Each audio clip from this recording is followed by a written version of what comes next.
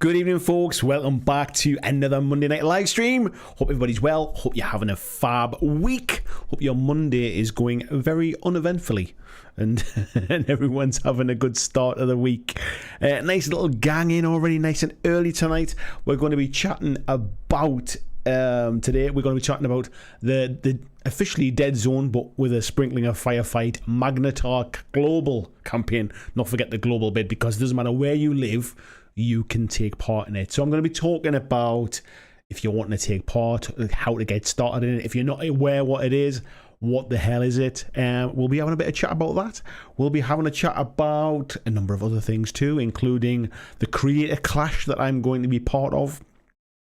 And no doubt we'll probably end the night talking about bacon sandwiches as normal. So let's go and see who we've got in the chat tonight and say hello to a few friends. Hello, Ian, in nice and early. He says, will we see the furry skyscraper on time?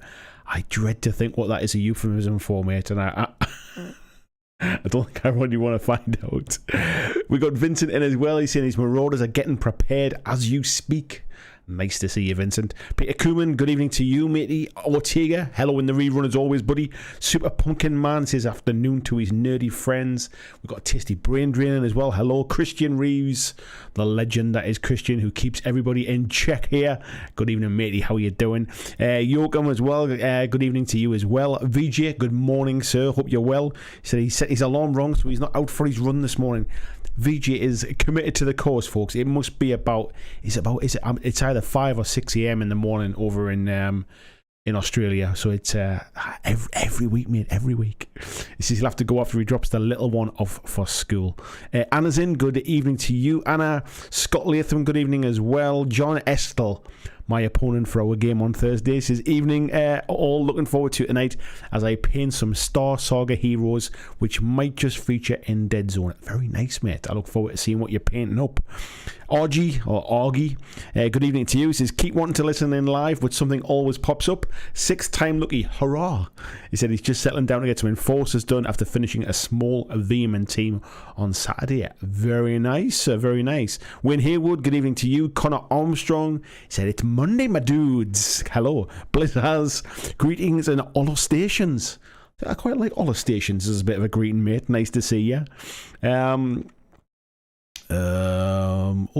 Did that jump? Oh no, okay. Zingbo's in as well. Says good evening. On his desk today is the Soul Drain Forest Terrain set for Warcry. I think that was the only set I never bought, mate, for Warcry.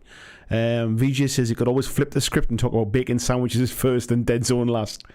I think we might it might end up being a bit of a long night if we do that, mate. We've also got Frantic in. Good evening to you, mate. Johnny Grogan, hey brother, he says hello to you, Johnny. How you doing, matey? VG says yeah, it's 6 a.m. Commitment to the cause, buddy. I tell you. Ian says it's a furry skyscraper is a bear. Let's hope so, mate. That's not what I had in my head, I'll be honest. And we got David Peter Mannion there. Good evening to you. Busy's in as well. Hello, sir. Matthew Wilkinson. Hello. How you doing, mate? Busey saying, yeah, 6 a.m. late starter. At 6 a.m. to be up and watching this, that doesn't mean he's lying in bed kind of just opening his eyes. Austin Thornhill, good evening, buddy. How you doing? He says hello to a great group of people. Oh, you have fantastic taste. Super Pumpkin Man says, don't be kind. Don't forget to be kind and drop a like. How we doing? We got 41 folks in and we got 20 likes. I'm sure we can ring a few more likes out, please, folks. John Essel says, looking forward to Thursday. Should be great. Me too, matey. I've got everything painted so far. I've even got a little bit of a sneak peek. We'll show a better photograph of this later on. But I finished my. Let's get to zoom on that and not my face. Come on, pick up the tank. Pick up this enforcer. Is it going to zoom onto that? Or is it, there we go. I got that painted today or tonight, I should say. I'll show you a photograph of it later on. But yeah, got that painted today. I'm probably a few points short, mate. I've got some Pathfinders that I might possibly be able to get finished in time. But I'm away on Wednesday for the day, off doing some work and doing some filming. So Wednesday is a bit of a write-off. So if I do get the chance, I'm recording a podcast tomorrow night with somebody's podcast. I'm being a guest on the podcast tomorrow, so that's going to take up tomorrow night. So I'm, if I can, I'll be squeezing in painting them Pathfinders tomorrow, mate. But my paint scheme for painting my Enforcers and stuff is super fast. So I'm quite potentially I'm quite optimistic about getting them done, mate. If not, they'll go on the table unpainted. Heavens forbid. Ed, good evening to you, mate. How you doing? Tony Booth Leiden, how legend. He says, aching a bit after the tournament at the weekend from standing up so much. That was your AOS tournament, mate, wasn't it? How did you get on, buddy? Jez Hunt, good evening to you, sir. Colin Wakeland, good evening. Vici says, wow, that looks awesome, Andy. I'm really happy with how it turned out. Jez is saying, nice, bigger than I thought. I tell you what, mate, well, in fact, I might as well just kind of show you the picture now while we're chatting about it before we get onto the main stuff. This is my painted Enforcer Interceptor, as you can see, this one here. I'll be completely honest with you. If this was a GW model, folks would be raving about how nice it is. It was a really nice kit to put together. It kind of joins like the center part. There's a little bit of kind of like a line down the middle where it joins, but it was super easy to kind of run some plastic glue down. I bought some little kind of like 1000 grit little sanding boards and stuff, and just kind of filed them off, and it's took away that join down the middle. It looks absolutely fantastic. Pretty much the rest of the joins are all like sort of, you can see my mouse there, can't you, my cursor? Like the wing basically is like one block that like fits onto the side, so there's no join along the top of the wing or anything like that.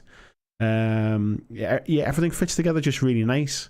So yeah, I've been super happy with it. It comes with a couple of different options, so you can either make it as a bomber, you can do it with as the interceptor with the I forget what they're called now, the burst lasers on the side. You can put like missiles on the side as well. If you build it as the bomber, this carriage off the bottom here, you can take that off as well, so you have bombs hanging from the bottom. So you can build it as a couple of different versions. I didn't want to bother with magnetizing it and stuff like that, so I just thought I'd crack on and do it. But painting wise, if you've seen my Enforcer painting video, and if you haven't, why the hell have you not? I've basically just followed the exact same thing. So I sprayed the whole thing with the spray can, with a green spray can. I then took a dry brush, like a makeup brush, and basically used the brighter green and just dry brushed all over the model, and just kept like lightly kind of building up the greens until I got that kind of sort of colour. I used what's it called? The Corvus black, which is like the grey black.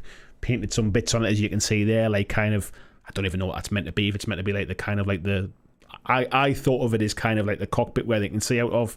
So I kind of just painted that with the black. I've done in some of the panel lines are quite wide, so I thought I'd kind of paint in them as well, and along the front here as well in the vents. Then I took the red that I use like on the jet bikes and stuff. Just kind of picked out a few different pieces. A little bit of kind of like an orangey red just to highlight a few bits. And then on the back of the jet bikes, if you remember on the painting video, I used like a really bright Barrowhouse blue to kind of just almost look like a glowing kind of like glow to the jet. And I just did that like on the top and on the visor here, on the little side kind of windows part. And I also kind of put some, if that zooms, that's not, there you go. I put some on the back as well, just kind of as if it was like kind of the back jets and stuff. But yeah, I'm really, it didn't take me very long at all, to be honest. I mean, if you think the vast majority of it was spray primed, and as well on the base, if I can go back, the base is just, let's just zoom in a bit. The base, the way the bases are, there's like a slightly kind of like a double layer to it, the way it slots together. So I thought I'd use some bits of cork and stuff like that, just to kind of hide where the flight stand fits to the base. But it's a really nice join on there. Rather than some of the GW ones where they just glue to the base, this one actually like slots in, so it gives it a lot more strength. And yeah, that's just a few bits of dry brushes with bits of sand and gravel and bits of stuff on the bottom. So happy with how that turned out. Busey says, I see your team is playing Arsenal tonight. My team is not playing Arsenal, mate. I am not a Newcastle supporter. Do not associate me with that, mate. John saying, we all know painted minis hit harder. We also know that painted minis are the first ones off the board, mate, especially freshly painted ones. So we'll see how that goes. Good day from South Ontario, says John Ashley Smith. Thank you very much, mate. He says, nice work. Jesse, I got one of their dropship style ones. It's awesome. Yeah, I've got the other one as well. What's it called? The Hornet. And then I'm busy painting as well. That's all built and primed. I just need to kind of make that fit my Marauder army as well now. But yeah, so that's my entry for this month's painting challenge. For those of you that are taking part in the painting challenge, it was Come Fly With Me was the title. Paint something that flies or floats or anti-grav tank or any of that kind of stuff. So there's my entry all done. So I will include it in the entries at the end of the month. VJ saying, love the blue glass panels on the simple colour scheme, and panel island looks great. I think sometimes, mate, honestly, like I've always fancied painting. Like I quite like the Imperial Guard have an aeroplane type thing, and I always fancied painting one. But it was one of those things where you think, I've got no use for it. I'm never going to paint it. And I remember seeing these Mantic ones, and they were a lot cheaper. I think this is like £30 or something like that. Obviously, even less with discount from the likes of Goblin Gaming. I think that's like, it's either £30 or £32. So for the size of the model, it's fantastic. But I've never really kind of had a reason to paint one, and obviously Firefight's changed that. And I really, really enjoy painting. There's something really enjoyable about painting something a bit bigger and not having to worry about like really fine details, just kind of seeing it come together quite quick. I've never really painted anything with like tanks. I think I painted a Rhino once when I kind of first started painting 40k things. But yeah, I've never really I'm just looking around. I don't think I've ever really painted anything like vehicle wise. So it was quite nice to do that. I really enjoyed it. I'm looking forward to doing the Marauder dropship, the Hornet, and I think I might pick myself up maybe another one of those as well and paint them as the different options for the price. I just think it's fantastic value. I think Mantic even do a on their website. I think they do a bundle where you might be able to buy like 3 of them for like £70 or something like that. It's fantastic value. Busey saying it looks better than GW, or at least they don't leave their stock outside in the elements. I saw that video. I don't think they're leaving stock outside in the elements, mate. I think a lot of that is stuff that was kicked out after they had the floods from when all of the can you remember? I don't know if you remember seeing online, but the sewers burst right next to the factory. Some of it'll be write-off stuff, and basically I used to like sort of obviously work in business and stuff, and you can't give the stuff away. You have to destroy it because it's all to do with like writing it off against tax and stuff like that. If you give it away, it's tax deductible. If you destroy it, then you write it off against tax and stuff. So there's a reason why stuff like that gets binned.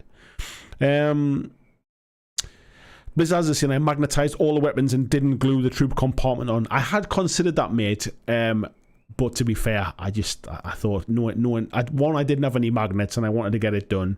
And 2, I'm a bit of a fanny when it comes to that kind of stuff. Ian says looks very nice. Thank you very much. Tony said he went 2 wins, 3 losses. Nice one, mate. Said he only played 3 times before. All close games, great opponents. My face is aching a bit too much as they were laughing going on as well. Top weekend all round. Glad to hear that, mate. Really like it. What faction were you playing? What army were you playing, mate?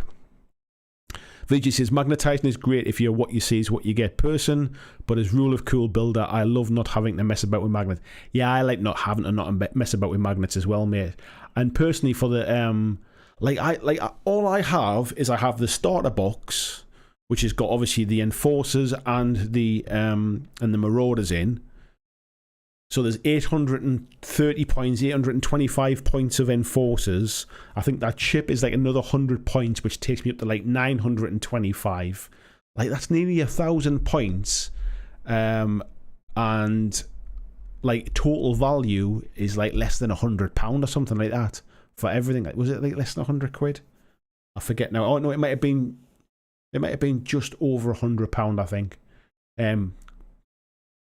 Didn't you get you got the 2 ships, didn't you? Plus the starter for like 130 quid maybe.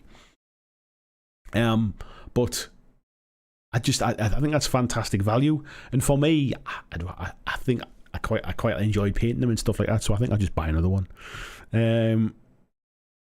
John said, I need a couple of decent dropship type models, and the GW Valkyries, that was the one I was trying to think of, are cool. They're a bit too pricey, especially if you want 2 or 3. Yeah, exactly, mate. It's honestly, mate, it is quite a size. I haven't got one of my sort of normal size models beside it, but that just gives you a. I mean, if I put my phone next to it, give you an idea of scale there. It is quite the size. I mean, my phone's not one of the small ones. Messages going on there. It's a big old beast. Obviously, you can see it next to the size of my head. But yeah, it's a really, really nice kit. And again, like I say, it goes together really well. Tony's saying, wouldn't look out of place as a Thunderbird's vehicle, that mini. It's got there's loads of bits on it. It's not like overly detailed to the point where you're going, oh, there's so much stuff to paint, because you could get away with it all being essentially one colour, but there's enough like kind of gribbly bits that you can pick out them with like a spot colour like I've done with the red there, and it really does make it stand out. James Zorm there. See, James Zorm knows. He says, is Sunderland boy looking forward to the weekend match? I am very much looking forward to the weekend match, mate. I would have tried to get a ticket and go down to Wembley if I could have done, but my wife's got some plans this Saturday, and so I've got the little one kind of Saturday afternoon, like Saturday tea time, Saturday evening. So I have got the Saturday afternoon is all planned for the game. The beers are in the fridge. I intend to kind of just, if the weather's nice, I'm going to kind of sit outside and just put it on the iPad, sit with a couple of beers and watch the match outside. So, and living in Newcastle, there's not a lot of bars where I'll want to go and sit and watch Sunderland play full of Newcastle supporters. So yeah, I'll be watching it at home, mate. Simon Dave, hello, mate. He says, I just heard about the Hellstorm tournament. Sounds awesome. I'll be cheering for you. Yes, so for those that don't know, this was the thing I was alluding to last week that hadn't been announced yet, and I said that I wasn't under any kind of NDA stuff, but I didn't want to kind of spoil the announcement. The announcement is that myself and 7 other sort of creators, if you like, YouTube channels, Instagram people, that kind of stuff, podcasters, have all been invited by Hellstorm Wargaming. Mikey's channel, if you haven't seen it, Hellstorm Wargaming, is essentially mainly your 40k channel, but he does cover other bits and pieces as well. But we have been invited by him down to the Sanctuary in Sheffield next month, and we are going to do a creator clash. We're going to have a tournament playing God Tier by Steamforged Games. And Steamforged Games have very kindly offered to kind of support the event and kind of semi-sponsor it with some really awesome prizes. And the prize for first place will be for the winning creator, whoever that might be. Fingers crossed it's me. I'm going to be a proper try hard for this.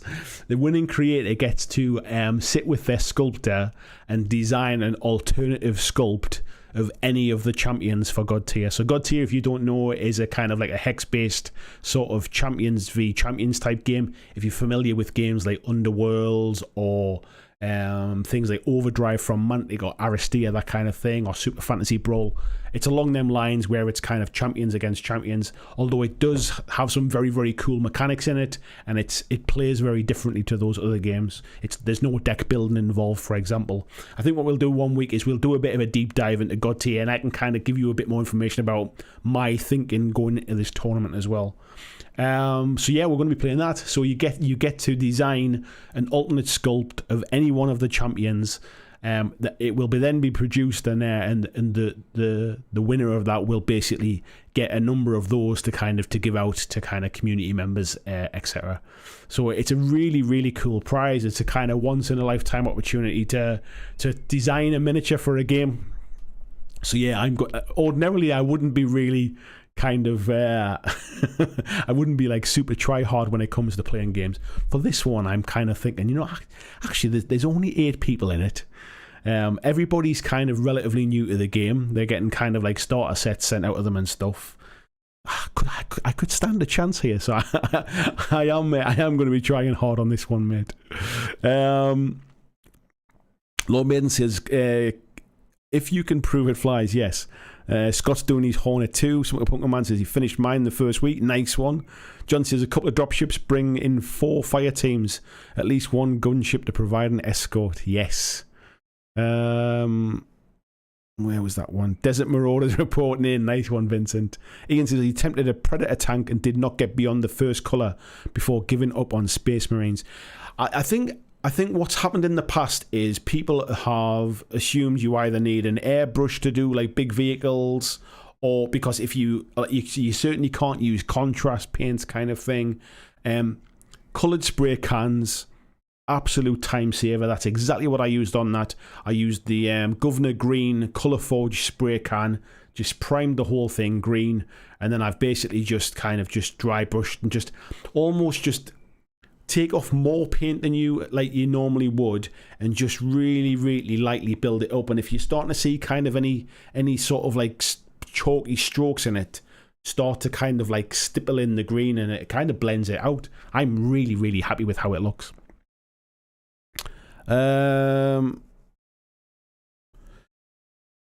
John saying about an airbrush or even spray cans is better than brush painting tank models. Yeah, I wouldn't even dream of brush painting them, mate. Andy says, how's it going? Nice to see you, man. Ed saying, insurance, not tax.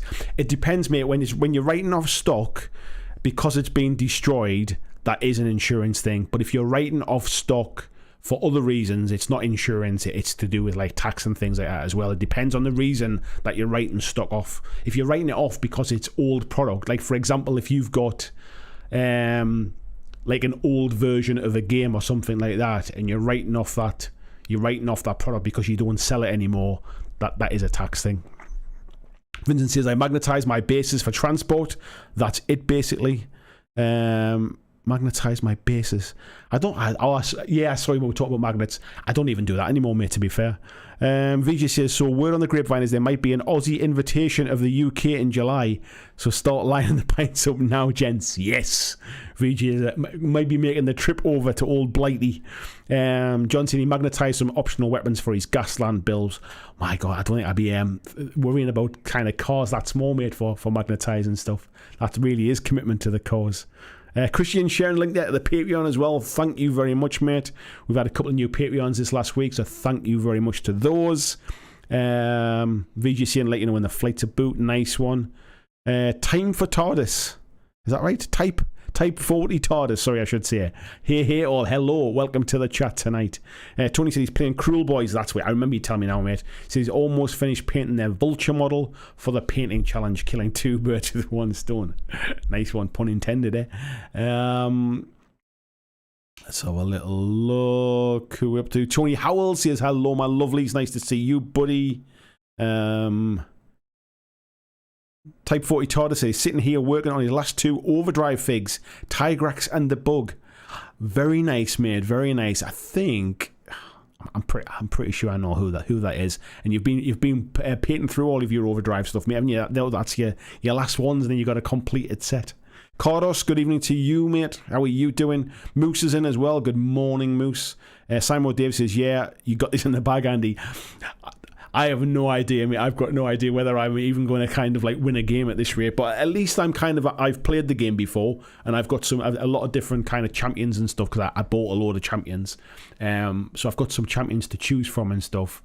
The people I'd be playing against, and I must admit, I've not met any of them before. Some of the channels I'd never even heard of. Like, I'm not that young anymore. I'm not really down with the cool kids on like Instagram and that kind of stuff.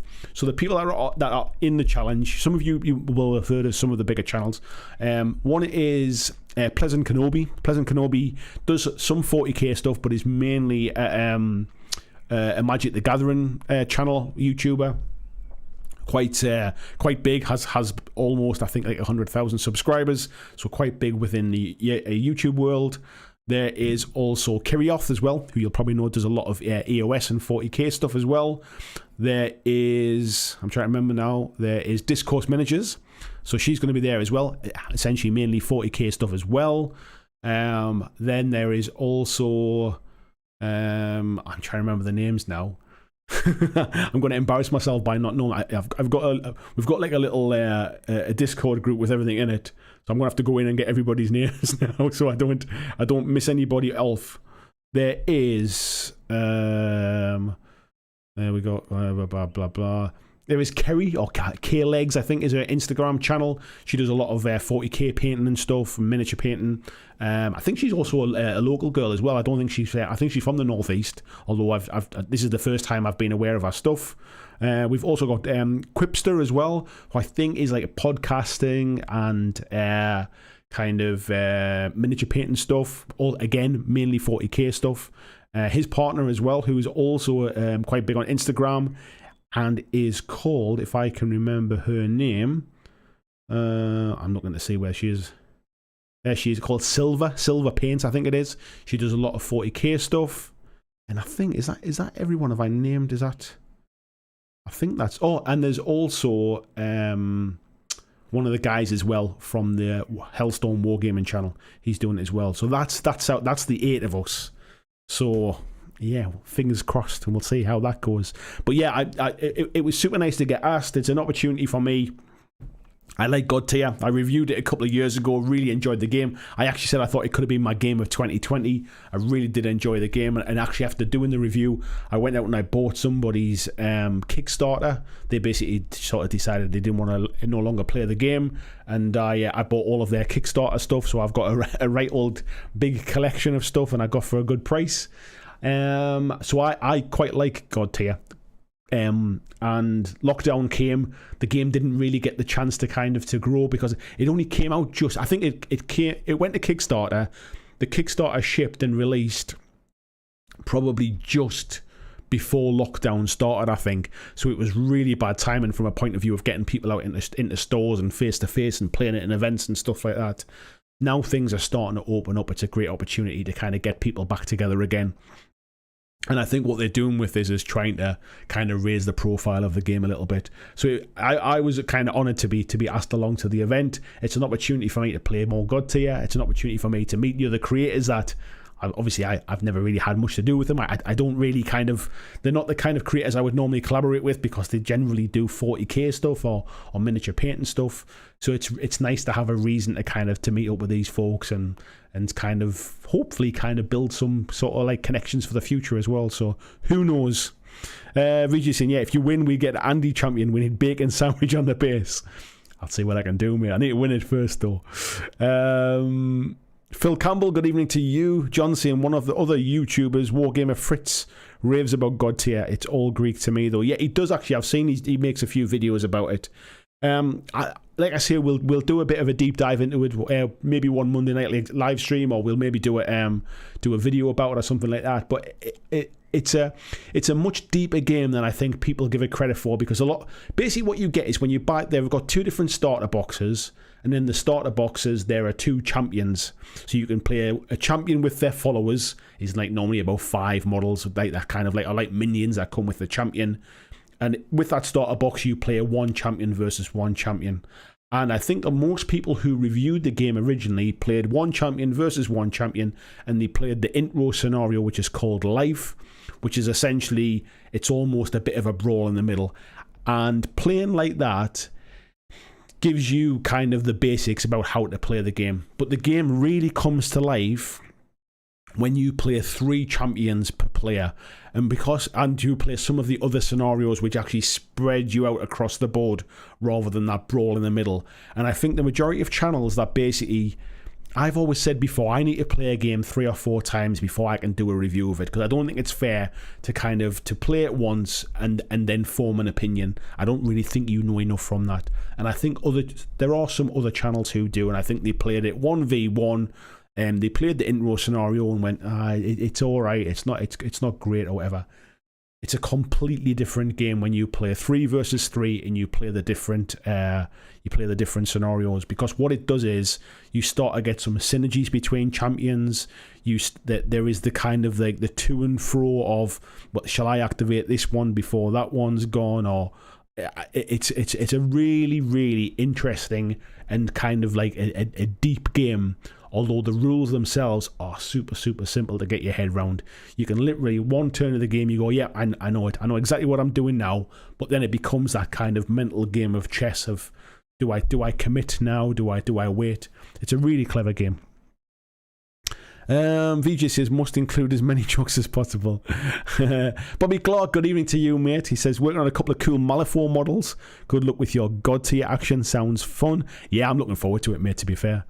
Phil Campbell says, Artist Opus do some really good tutorials on dry brushing vehicles. They do, mate, actually, and they've got a one coming this week, I noticed, on painting Rhino, and it's like a 30-minute video, so it goes into a bit more in-depth in how to do it as well.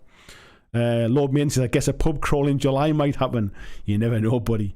Andrew Fairbanks, good afternoon, mate. He says, we talk about insurance fraud. We're not really, mate. We're mentioning about a load of stuff being dumped outside of Games Workshop. John saying he built a lot of 1/35th scale tanks in his teens.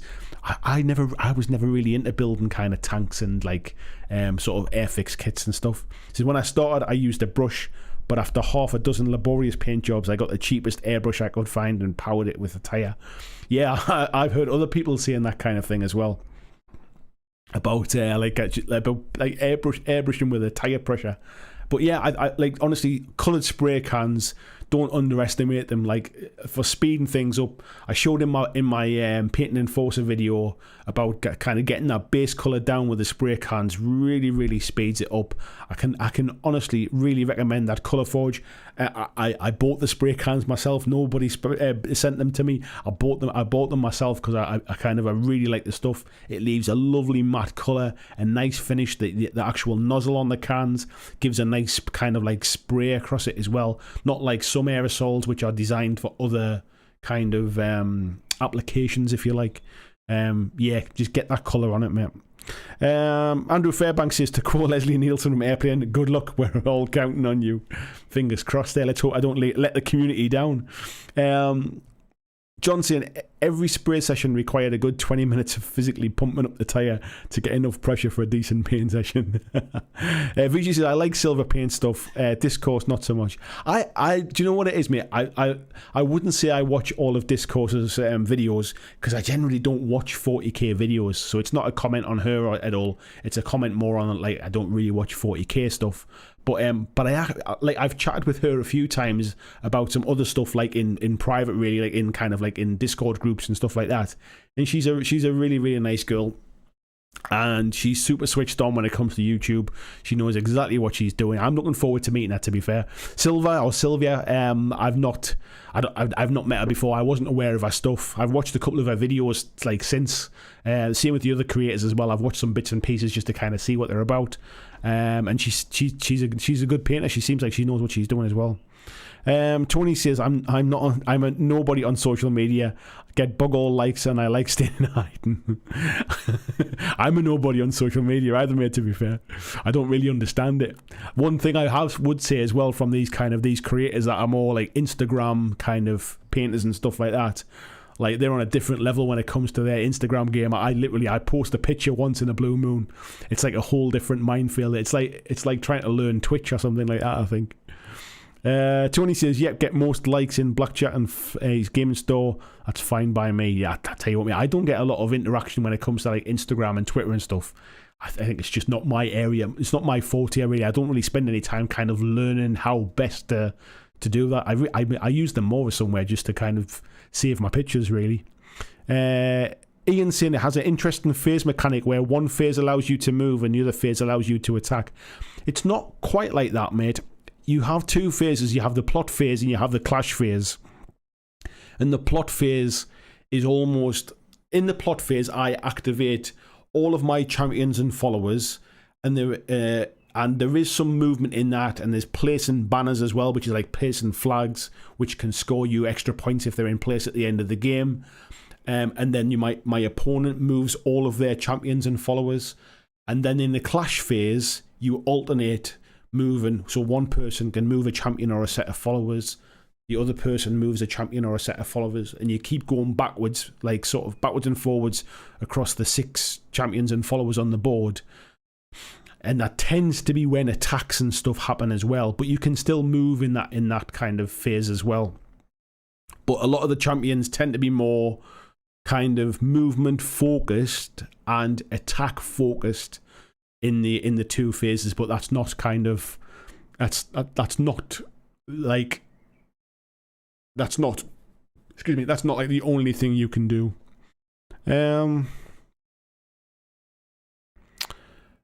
Christian Shin, a link there as well. Get your BlackJack Legacy t-shirts and hoodies, as modelled by me.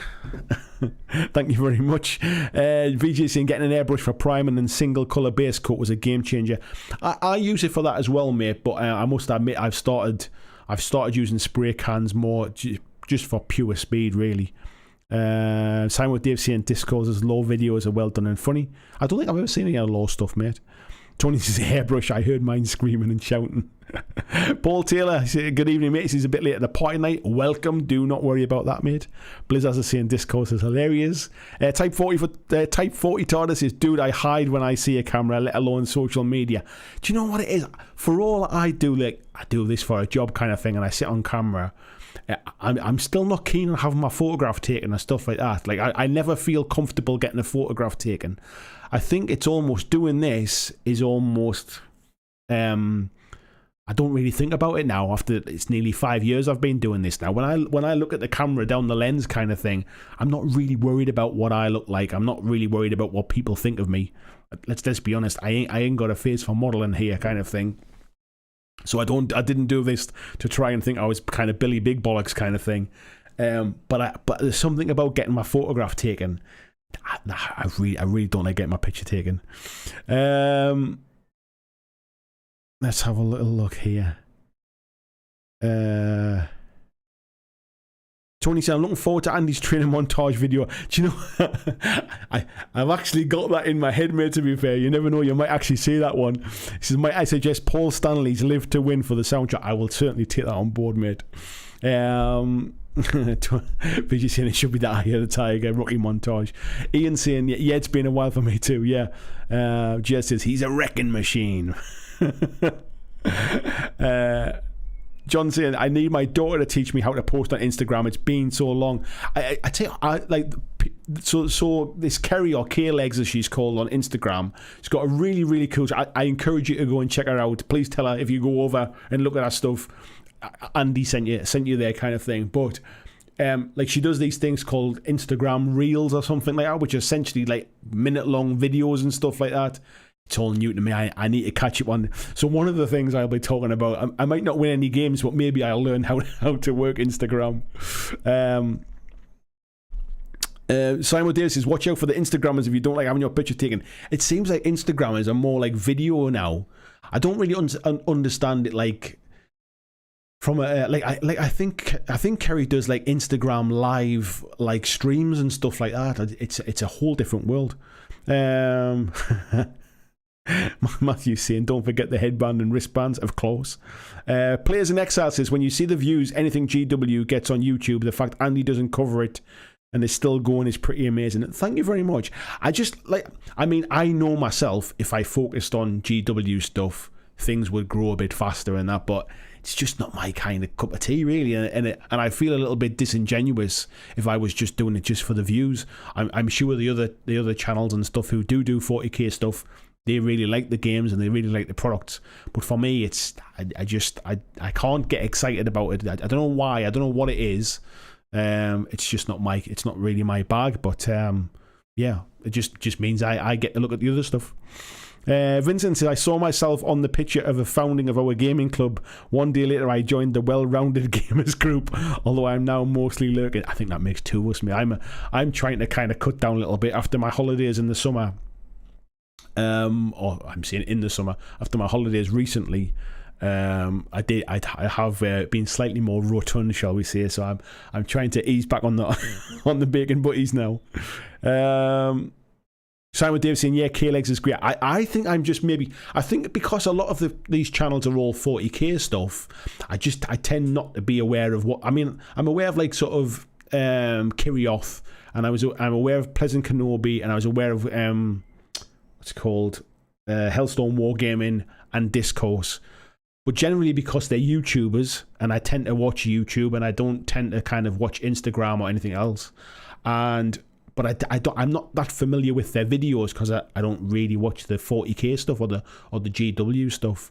So it's interesting actually how like I'm sure I'm probably one of the lesser known channels from this kind of creator clash, and because I don't do the GW stuff, people will be saying like, who the hell's that kind of thing. So yeah. We'll see how that goes. Andrew says discourse is the definition of don't hate the player, hate the game. Vijay says, I'm not into God tier, but it's good to see cross-channel thing that's not based around a GW game.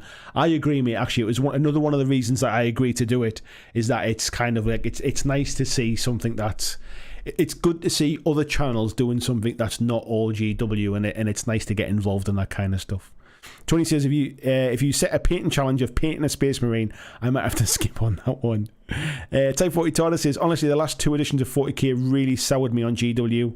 Really enjoy the smaller companies now, although I admit the Horus Heresy relaunch may pull me back in. Horus Heresy doesn't attract me in the slightest, only because it's even bigger in the amount of models that you need than 40k. So it's big armies when it comes to Horus Heresy. It's just painting a lot of Space Marines, which is not really doesn't fill me full of excitement.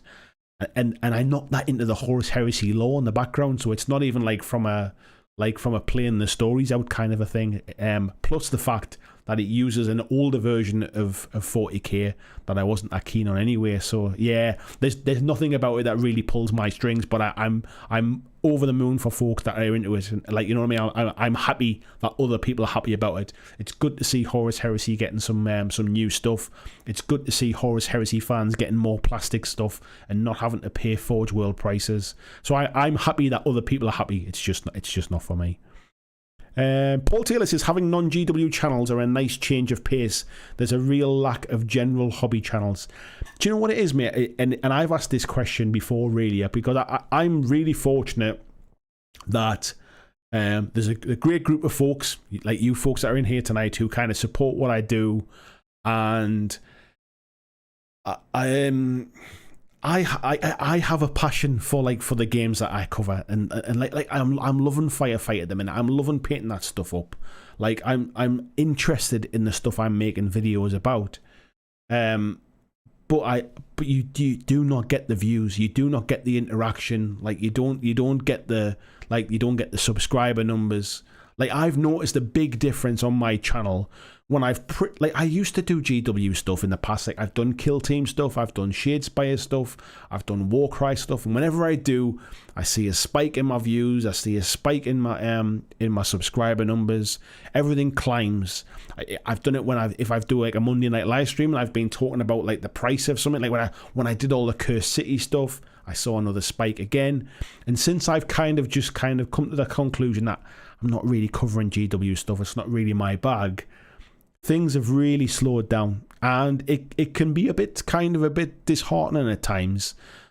But I've always said, as long as I can make enough money to be able to do this full time, the subscriber numbers and the views and stuff are almost secondary. It's nice. It's almost like a little a pat on the back to say, yeah, you're doing a good job, everything's climbing kind of thing. But it shouldn't be the reason you do it kind of thing. So I think a lot of folks start with good intentions, and then when they don't get the views that they think they should get, they just basically they give up, or they start covering, I'm not going to say clickbait, but popular topics or kind of controversial topics, because they'll certainly get your views.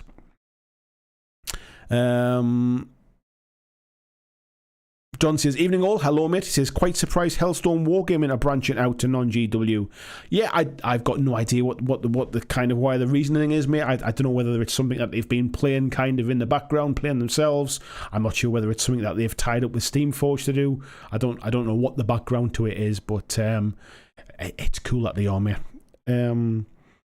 Fiji says, if it brings more eyeballs to the channel, it's all good. I agree, mate. Whether people stay or not is a different matter, but yeah, if it helps me, even if it's just about a brand awareness from a marketing point of view, getting people to know who I am, and if they see one of my videos, maybe they want to watch it or something like that. It can only be a good thing in that respect. John saying, we have a long holiday weekend coming up, Victoria Day, potential for both Gaslands and Battletech. And barbecue and fireworks. Barbecue and fireworks I'll be up for, mate. Ian says, the next painting challenge is a Space Marine. No, thank you. No. I will guarantee, folks, none of the painting challenges this year will be a Space Marine. I promise you that. Vijay says, I like the Beaky Marines.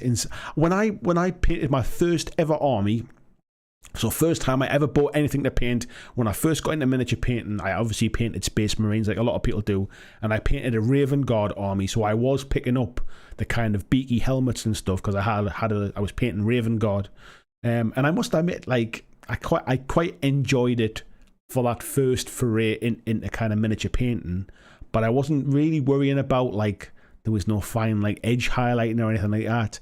Most of my army was kind of sprayed black.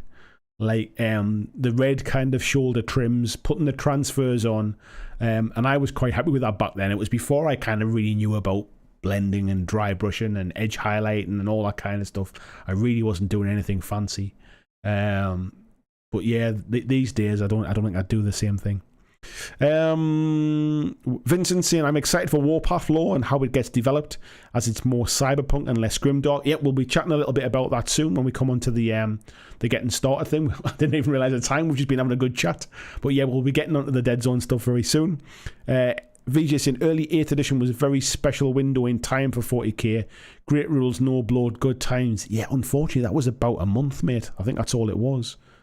VG says, nothing wrong with covering GW if there's something relevant going on. I say the extra subs is a bonus. The problem is, mate, is those folks join the channel when they see some GW stuff, and then when they don't see GW, like the next week or the week after, they either don't watch or they unsubscribe anyway. So unless you're going to kind of carry on and keep covering it, it's kind of short term, really.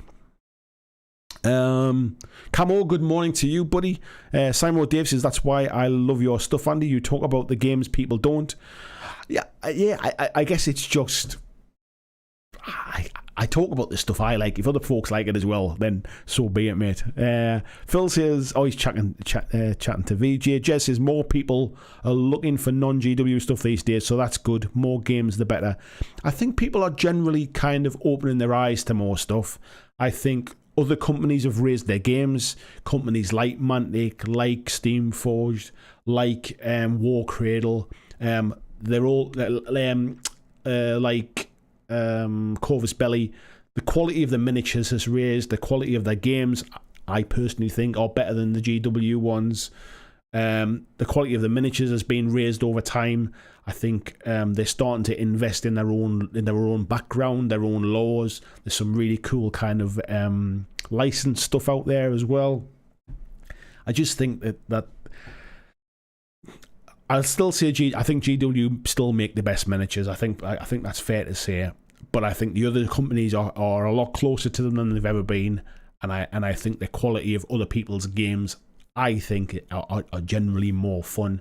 And I think once people start to kind of explore that a little bit more, and as these companies are now starting to up their game from marketing point of view and good quality videos and engaging with consumers and engaging with communities, it can only be a good thing, I think. Omnifan, good evening. Nice to see you in as well. VG says, but babbling on week after week when there's nothing to talk about. Yeah, I think there are some channels who will literally talk about the opening of an envelope when something new comes out when it comes to GW stuff. But hey, you can't argue when you see the views they get. You can't argue with it, really. Type 40 Torres says, I tend to like the smaller companies like Mantic because of the more personal feel of the interaction. I like that the designers are listening to feedback. I'm pretty sure the likes of GW are listening to feedback too as well. It just depends on whether they choose to act on it. Connor says, have you thought of doing battle reports? I have, mate, yeah, and I've always kind of planned to do battle reports. It's one of those things where I don't play as often as I'd like to. I don't have any kind of close friends who basically play the game with me or anything like that. My family doesn't. Oh, it's an airplane going off. I thought it was thunder. My family doesn't really kind of play the games with me. So it's one of those things where it takes a bit of setting up and like kind of like inviting people to come over and play the game and stuff like that. So yeah, there will be battle reports in the future. It's just a case of it won't necessarily be like a regular thing. Like I certainly don't play like to the extent that someone like sort of Ash from Guerrilla Miniature Games plays, where he must be almost playing on a daily basis to kind of build up those battle reports the way he does. I just don't play that often. Christian sharing the link as well for other BlackJack merch. Thank you very much. Ed says they're not beakies, they're wombles. No idea how GW got the people to make that switch. Omni Fancy, and I stopped listening to GW stuff. So many releases and drama and bad games. Do you know what it is? I'll never kind of like slag GW off, because they make really nice miniatures. The people that enjoy their games, so they can't all be bad. They're just not my choice. They're not my taste. And from a business perspective, they're a business. It's their job to make money. I think they're expensive, and I don't necessarily think they're good value. But if other people do, that's entirely up to you, or like entirely up to them. So I'm never going to sort of slag companies off for making a nice product. If they're expensive, they're expensive. But I always say, value's sort of one of those things that it's different for every person. Like, just because I can't afford something, or I don't think it's worth the money, doesn't mean somebody else doesn't think it's absolutely fantastic value. So it's easy to get your knickers in a twist about that kind of stuff, and kind of stamp your hand and complain about evil GW. But at the end of the day, just don't buy the stuff, kind of thing. You choose, you vote with your wallet, really. Camo says, looks like I missed the deep discussion. Not really, mate. We just got off topic a little bit, mate. That was all. Night Haunter 66 or 666 says, whoop, Deadzone is life. Nice to see you, matey. Jess says, first Marine I painted was a beaky, but that's because what Marines looked like back then. Paul Taylor says, I heard Cyberpunk and looked up from the washing up. Yeah. So yeah, I think I'll kind of go through a few more of these comments, and then we'll go over the main topic, really, which is the Deadzone campaign. Where are we up here? Tony said, I'm not anti-GW. I do like some of their vampire minis. I just find a lot of their new stuff doesn't float my boat. I think one thing we can't disagree on is that they make good quality miniatures. Their miniatures are fantastic quality. They're good sculpts. Whether they're aesthetically pleasing to everybody, I think, is probably the debatable bit. John saying, yeah, I love GW models, but they are a premium product. I can afford to buy very few of their models. I've chosen to put my limited hobby dollars into other companies. One thing I've found, mate, over time is I'm not somebody that is going to spend lots of time trying to kind of professionally paint my miniatures. I want to get them to a level where I think they look good enough to play them on the table. And what I've noticed is, between something like a high price GW miniature and a lower price, let's say, a Mantic miniature, there's definitely a quality difference. I am not suggesting for 1 second that Mantic makes the same quality as GW. But by the time I've painted them both, you wouldn't tell that. I'm not that good a painter, and I would suggest that a lot of people are not that good a painter, that actually that quality shines through at the end. So for me, that there's a trade-off, really. Like, if I was a really good painter, I'd probably be better. My money would be better invested in better quality miniatures, maybe, to paint them to that level. But I'm not. So if I take these Enforcer models that I've been painting from Firefight, I wasn't that keen on the Enforcer models as a model line. But actually, when I built the starter set and got them painted, I actually really like them. It's weird how my opinion of them has changed. Like, now I've finished them and I've kind of painted them on a bit of a simple paint scheme. It didn't take me long, and I think looks really effective on the table. I wasn't that keen on them when I first saw the plain models, if you like. So I think there's a bit of a perception there sometimes that people have to look at as well. Ed saying, I'd argue AMG's minis are generally as good as GW's, in some cases better. I think they're close, mate. I think they're close. I wouldn't disagree. I do think AMG makes some really nice models. Would I say they were better? It's hard to tell, because the AMG stuff is, like, we're obviously talking about Marvel Crisis Protocol, and it's based upon something that I can relate to. So I can see, for example, my Hulkbuster model is on the table over there, and I think it looks fantastic. I think the quality of it is fantastic. It really looks like Hulkbuster. However, that's because I know what it's meant to look like. I think the GW stuff tends to be, there's a bit more creativity in them coming up with new concepts and new armies and like stuff for their own IP. And I think when it comes to own IP stuff, I think that's probably where GW are kind of have the edge. But when it comes to just making like nice models, if you like I think the War Cradle makes some absolutely beautiful resin models. Like I can see on the table over there, there's some Mythos models that's down there. They're beautiful. They're really, really nice, clean sculpts. The War Cradle stuff for Wild West Exodus are really nice models. But I still like working with plastic, and I still think GW probably have the edge.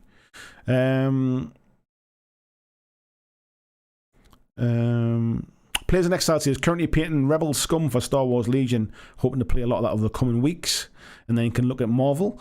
James says, as a returner to the hobby, it's refreshing to hear about all the alternatives to GW that are about now.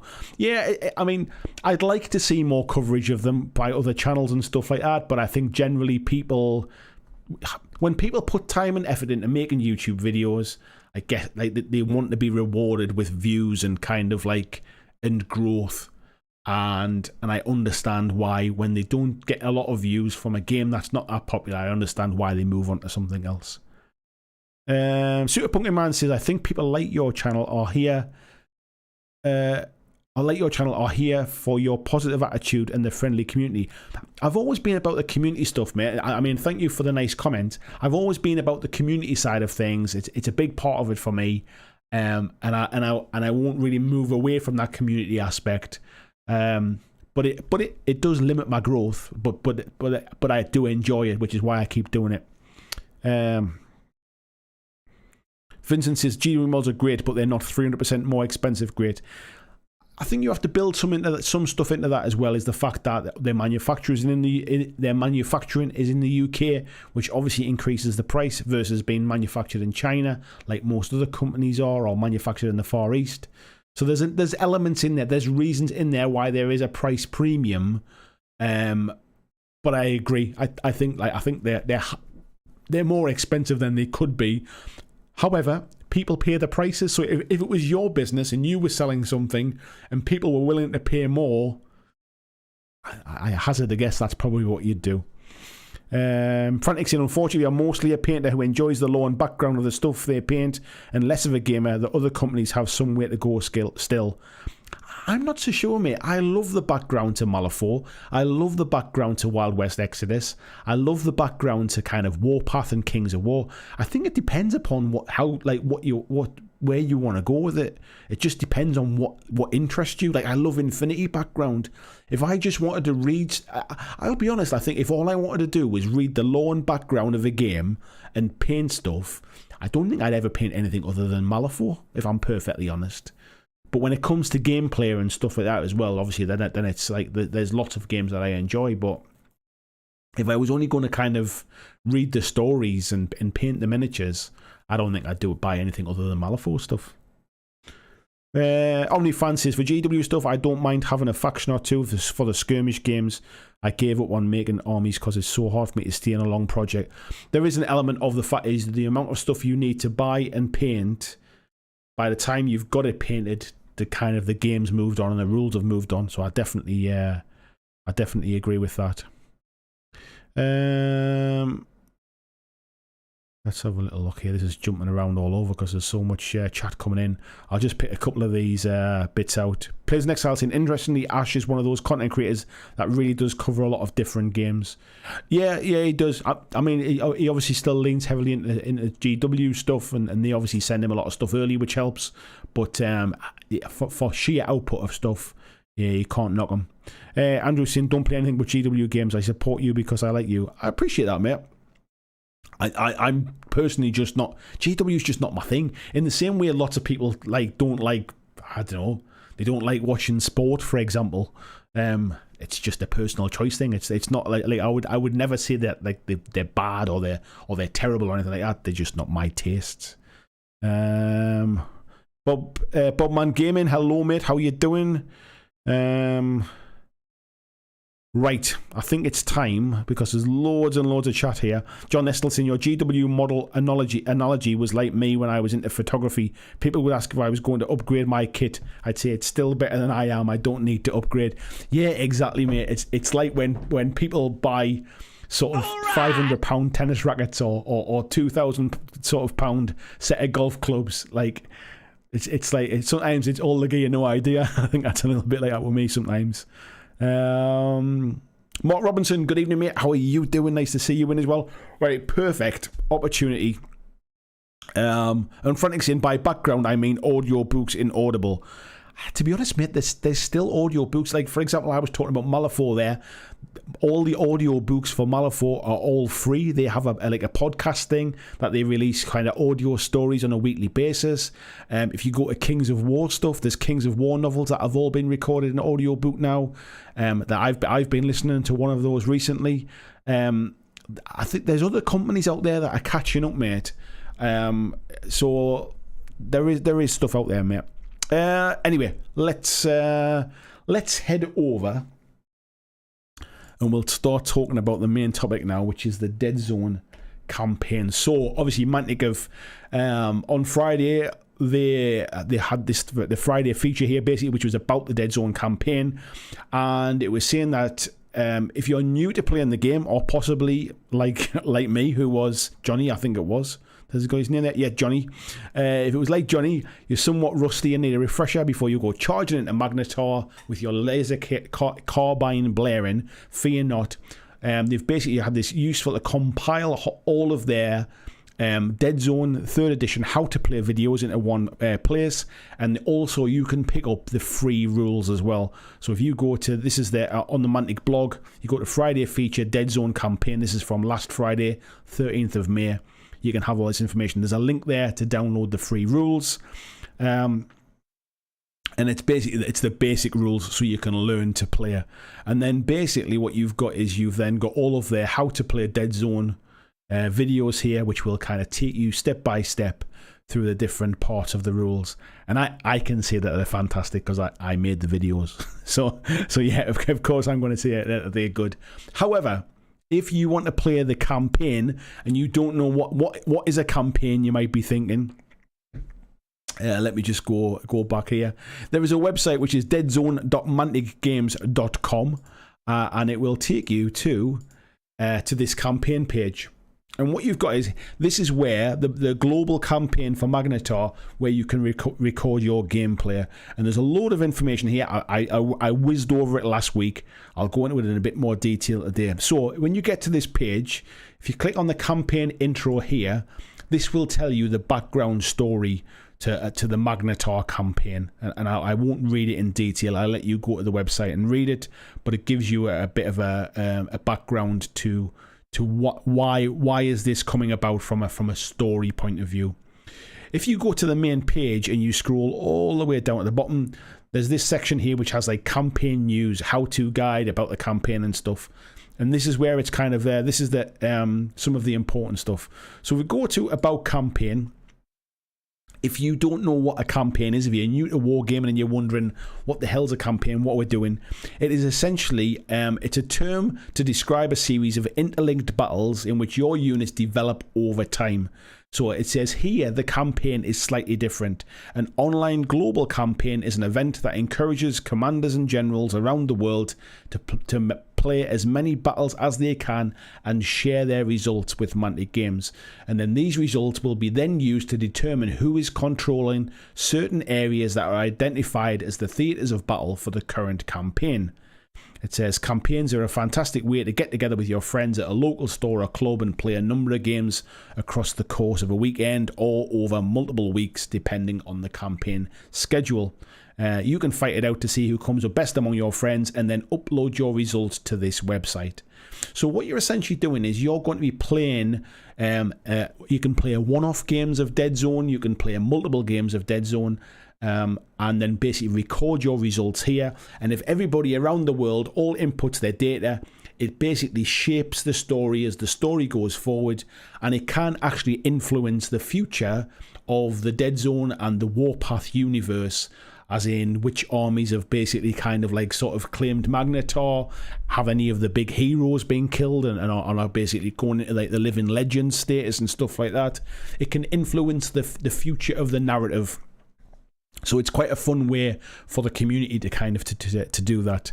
So this website basically is the hub for the campaign, and it's saying here about community involvement.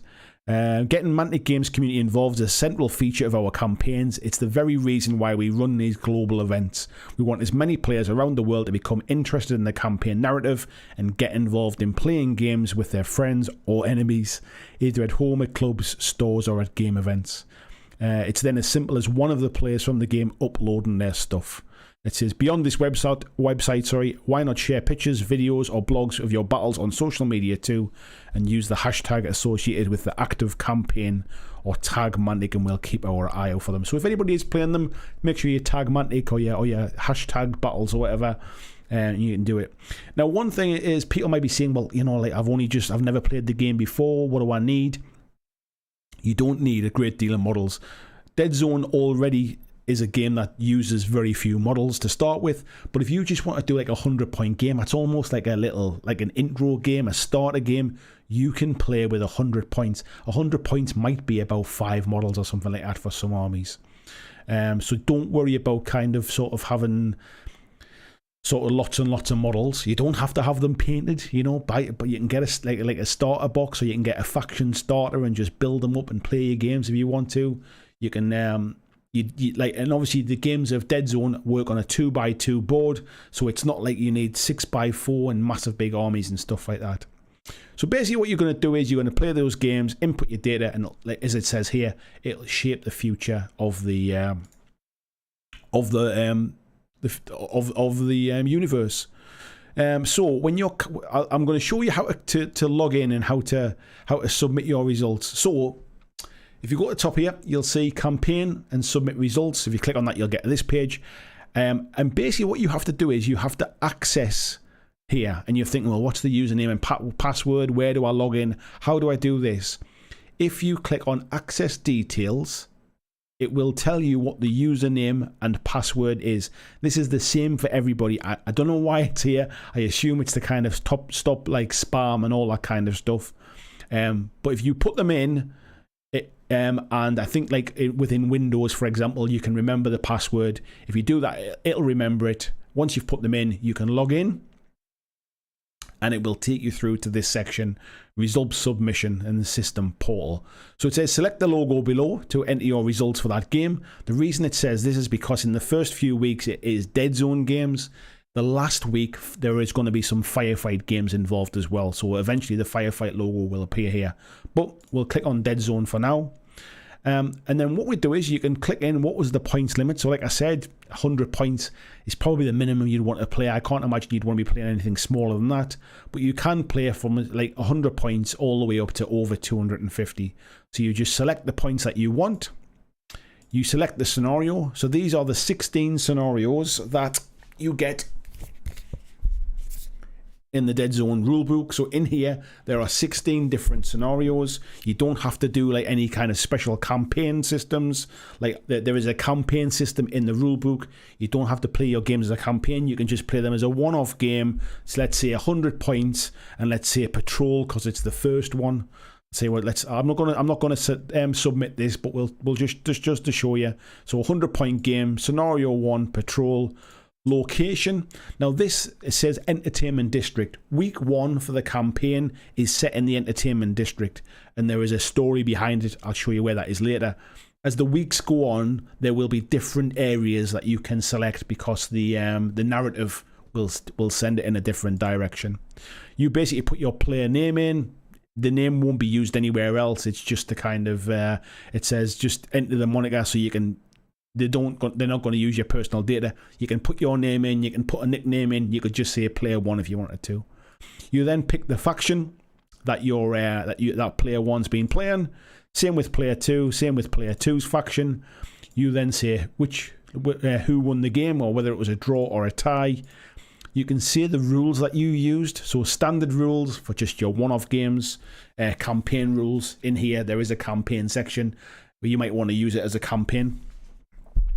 However, sorry, when it says campaign rules, there is special campaign rules in this as well. I'll come to that in a second, and I think that's what it means. And then game and space, I guess this is just for a little bit of kind of data to say whether people are playing at home, whether they're playing in games clubs, in stores, or whether they're playing at events. And then you would submit your results. And it's as simple as that for every time you play a game. Now, if I go back to this section. Let me go back to here again. Or Magnetar. And if we go down here again to the campaign news, so this is day one, lights out. So this is telling you the story of the first location, and it basically explains here as well about how to submit your stuff. And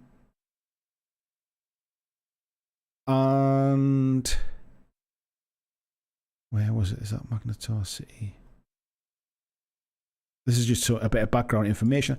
There was something I saw earlier on. I wonder if it's in here.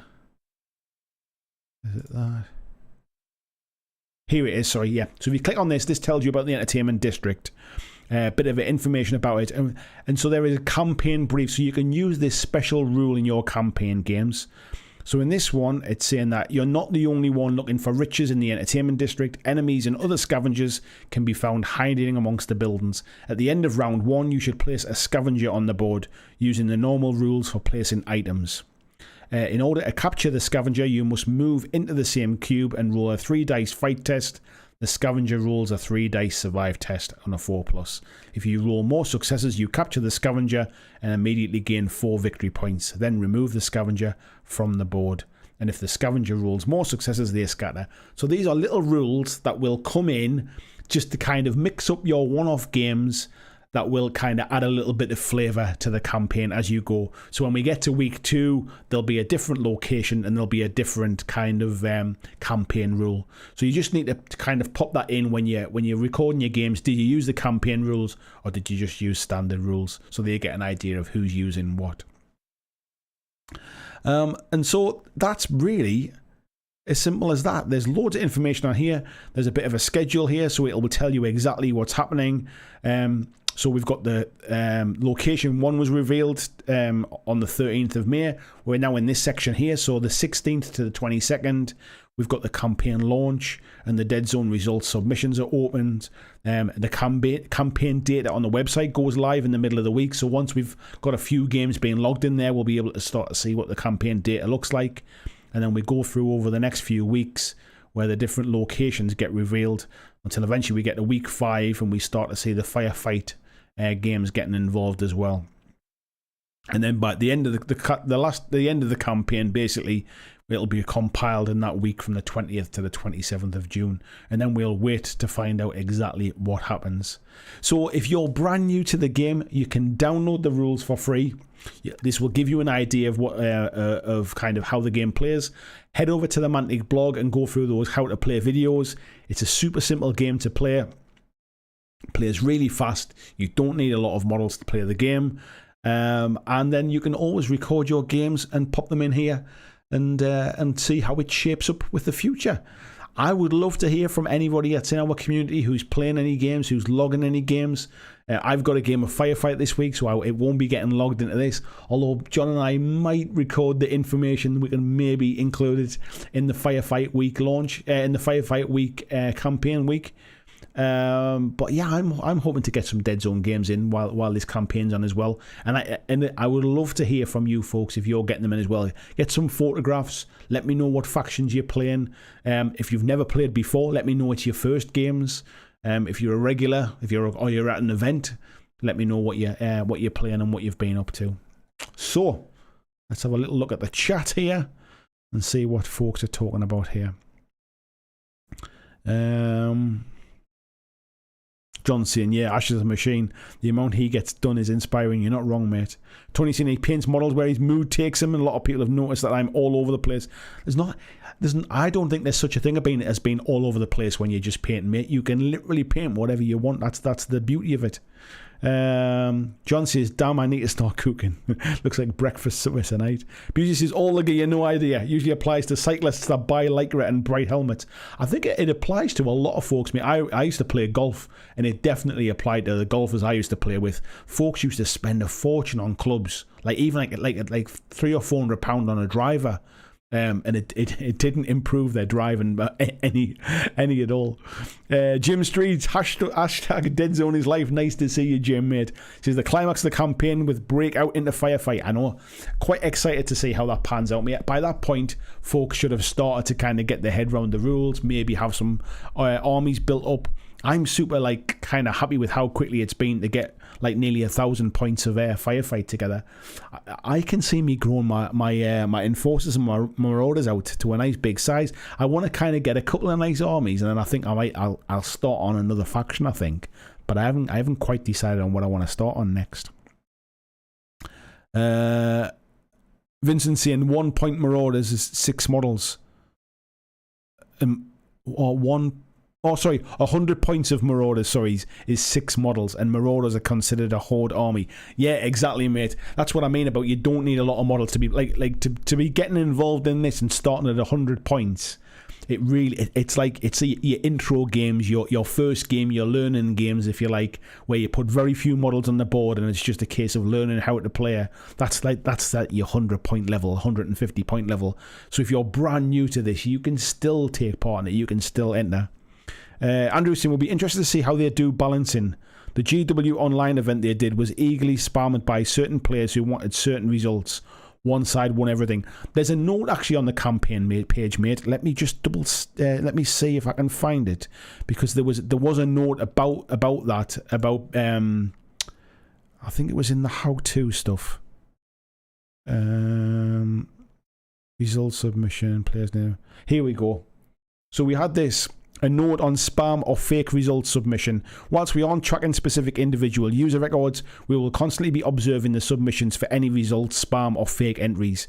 We reserve the right to ignore any submitted results that we determine are being continuously spammed or entered in bad faith to adversely interfere with faction and or campaign progress and results. So they're keeping an eye on it.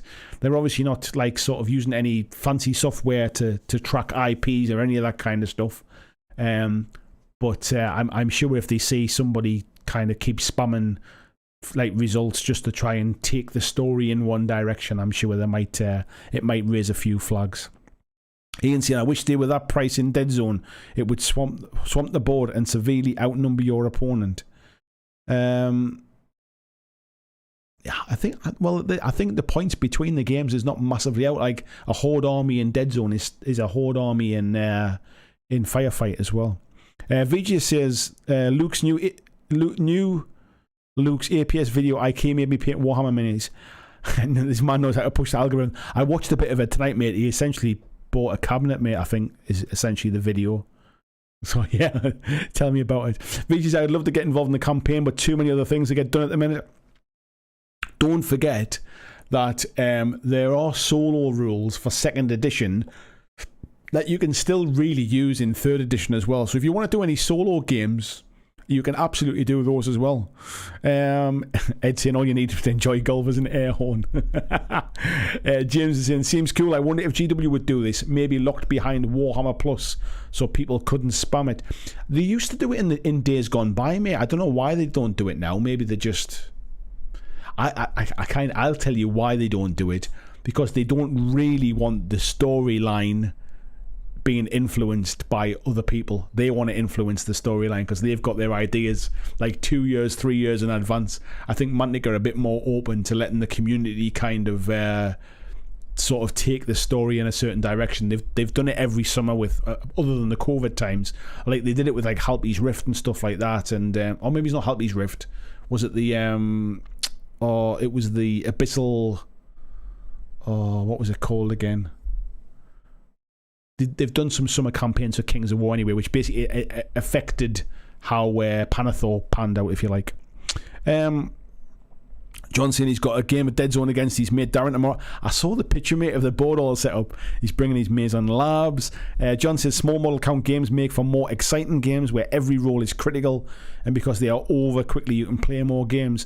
Yeah, I mean, one of those things is that basically Deadzone is a fast-playing game at the best of times anyway, so you can't, you can just kind of sort of play a couple of games in an evening or 2 or 3 games, and certainly like playing a smaller amount of models does not take away from how fun Deadzone is as a game, to be fair.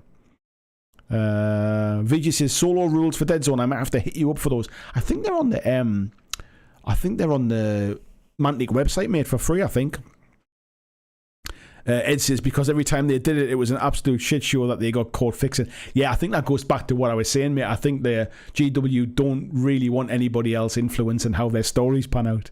Vincent says Edge of the Abyss. That's the one I was trying to remember the name of, mate. Edge of the Abyss shaped the game quite a bit. That's the one I couldn't remember. Thank you again as well, Mountain Gremlin Games. John says that's why I loved AOS Skirmish. Small, quick, exciting games.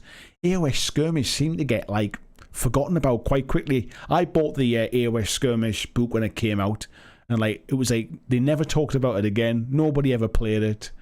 Like it's weird. It's as if they didn't want to encourage people to play smaller army games. I wonder why that was. John says Halby's Rift was a campaign. I think it might affect this year's Clash of Kings. I knew there was something about Halby's Rift, but I remember it was the Edge of the Abyss one that I had in my mind. Vincent says GW tried having a live campaign with the Storm of Chaos, but it went opposite of what they had planned, so they retconned the results. Yeah, that's the problem with that kind of stuff. At least Mantic kind of stuck to their guns with whatever happened, whether it went the way they wanted or not. Like, at least that was they kind of stuck to their word of changing the outlet. John says there were 4 of us playing Deadzone last week at 100 points each, just over 2 hours, and we got 3 games in each. That's fantastic, mate. I love it's one I do love quick games where you almost just go, all right, okay, let's re-rack and go again. Let's it doesn't matter whether you win or lose. I mean, it never matters whether you win or lose, really. But it's just a case of I love those little quick games where it's like, oh right, okay, you won that one, let's go again. I'll do something different this time. And I think you learn things, you learn games faster, you learn what your opponent does faster, because you're not just into a game 2 or 3 turns in going, oh well, there's no point in playing this out. I know I can't do anything. And I think mentally your brain starts to switch off. You've almost conceded, really, and you're going through the motions. That's why I love little fast games. James says, I didn't even know AOS Skirmish existed. Sounds like one and done, like 40k Apocalypse. It was even worse than that, mate. It was a book that they released and then never ever spoke about again, really. I think I've got it on PDF. Because I think I bought the digital version to save me going to the shop. I don't think it was that expensive, but the intention was, I thought, I might actually get a chance to play some small games of AOS, because I think I was playing a little bit of AOS at the time, but it almost just kind of disappeared overnight. Omnifan says, when GW ended Fantasy, they had an event in which most wins were for a faction ended the world. Orcs won, so they changed it to Chaos. Yeah, I mean, maybe it was kind of spammed and kind of influenced a little bit, but yeah, maybe I assume that's what they wanted and that's what happened. VG said, I never play Apocalypse, but I did have a good mechanic for countering Alpha Strike in 40k. The problem with Apocalypse is it's too big. It's the game that you kind of play once a year at a Christmas. I don't know if you ever go to games clubs, but the games clubs I used to go to would have their Christmas games day where let's have a massive game of 40k and everybody brings their armies and we get this massive big table. That's what Apocalypse is. It's that once a year birthday game, Christmas game kind of thing. It's not something you play on a regular basis. Blizzard saying kind of like Shadow War Armageddon. I think Shadow War Armageddon was a box set that was designed to sell terrain. That was where the what's it called, Sector Mechanicus terrain was first in. Really, I don't even think they were that interested in the game itself. It was designed to sell a load of terrain, basically. VG says, I have that AOS Skirmish book hard copy. It was the first AOS I was planning to play. Yeah, like I say, I think when it came out, I couldn't get to the local shop to pick one up, and I think I just decided, because it wasn't that expensive, I just decided to get the PDF version, I think. And I'll be honest, it's probably never got any further than being on my iPad and never getting played. Orcs winning in the world would have been the best way. I agree, mate. John says, I've seen copies of AOS Skirmish still on the shelves in a local shop. The Dwarf did a couple of articles to supplement it. It was during first edition, just before Soul Wars came out. It wasn't first edition, mate, because I didn't really play it once the second edition and Soul Wars came out. It came not long after, like, the General's Handbook came out. It wasn't long after that, and I don't even know if you could still use it now with current rules, to be fair. So, folks, that's the stuff that I wanted to talk about tonight. We've talked about the God Tier Creator Clash. I'm looking forward to that. There'll be some God Tier kind of content and stuff coming up soon, just to kind of like to lean into that one a little bit. VG says, so with your artificers are all painted up now, are you keen to get your Forge Fathers to the table? Do you know what, mate? I'm not sure, because I don't like... What I've got with the artificers is I've probably got enough there for Deadzone. I could probably play them in the Deadzone campaign, but I don't have any. Oh, actually, I do. I've got a box of the Brocklers that I haven't touched yet. I'm not sure I want to do Forge Fathers as a firefight army. I don't think I want to do them as a full army. I'm tempted to go with Plague, I think, for my next army. I quite like the new Plague models. But I think I'll definitely use the Forge Fathers in a Deadzone game. I'll probably use them for that. I've probably got enough with the Brocklers that I've not built yet. I've probably got enough. I can actually see my Forge Fathers. In fact, let me just go and get them while we're sitting chatting.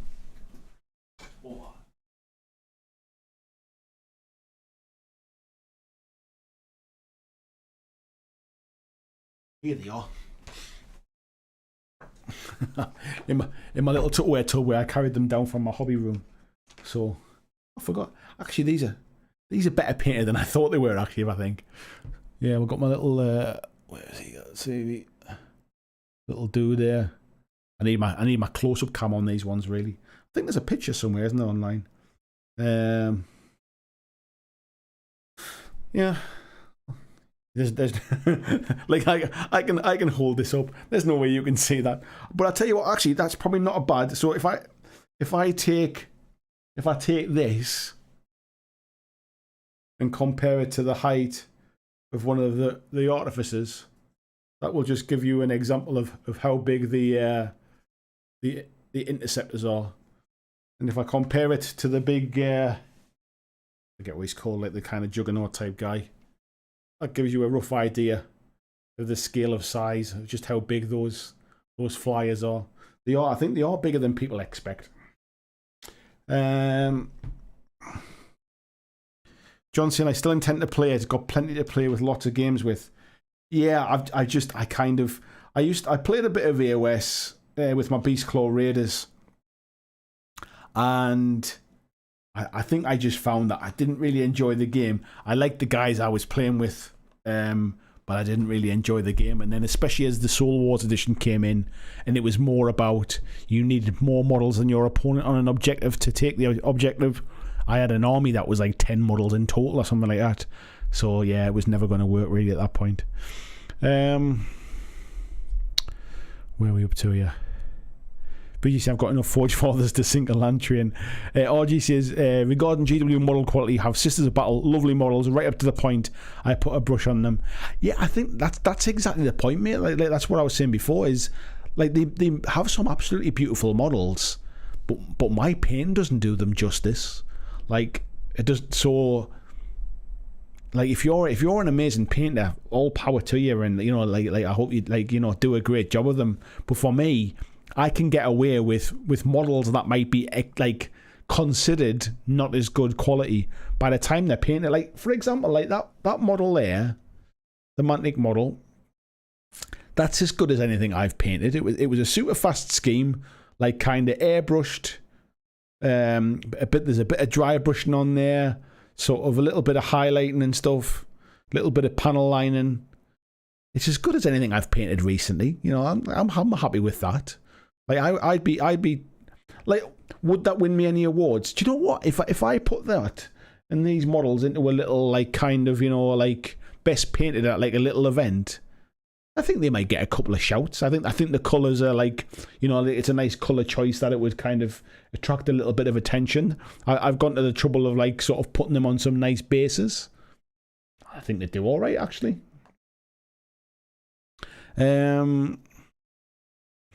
Let's have a little look. John says, I saw the photos of those artificers before. They look great. The big one looks like an absolute beast in the firefight. Yeah, do you know what? Maybe I'll have to check them out and see, because I don't want to paint loads of them. But to be fair, the dwarves, they're not massive. Like, they're not like a horde army, are they? I quite like that kind of almost space wolvy colour I've chosen as well. We'll see. We'll see. Who knows in the future? VGC, yeah, the scale's pretty good on that. Yeah, like the size of a model, actually, who would be a pilot kind of thing. You're right, mate.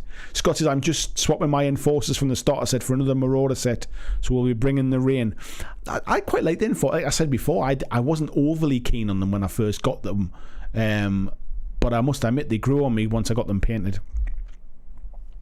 RG says, can't believe the last 90 minutes have flown by. Sticking some paint on these Enforcers at 75 centimetres, they look great. That's always what it's about, mate. It's always what it's about.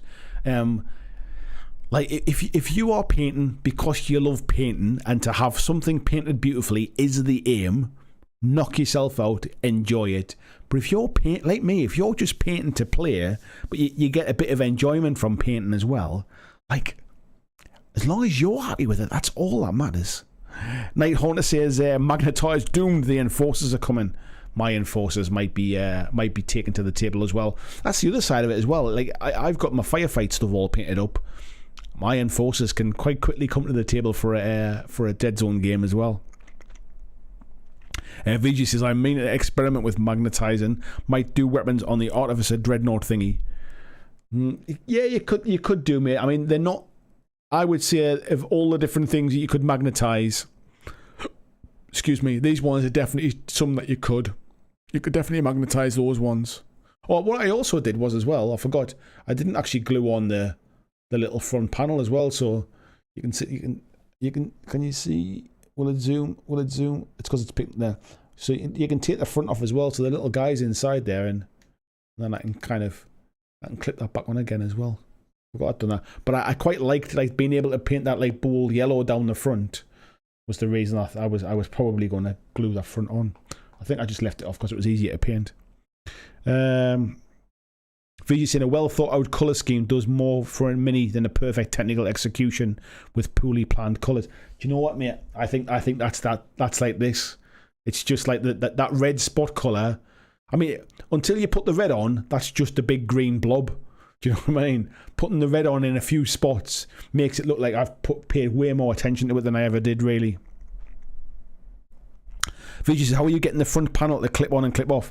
I just never glued it, mate. It's just tight enough. I mean, it just kind of fits. It's just a bit of a snug fit.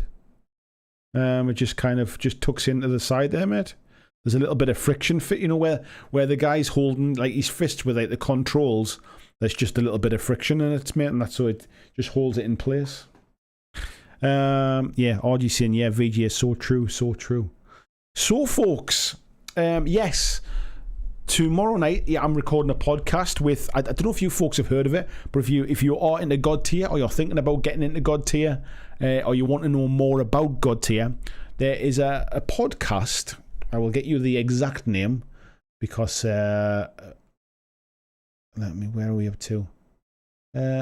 Ian Davies as well. Thank you very much, mate. I don't know whether you're in the chat tonight, but you've just joined the Patreon. Thank you very much, mate. I didn't see it ping up on the screen, but it has pinged up on my phone there.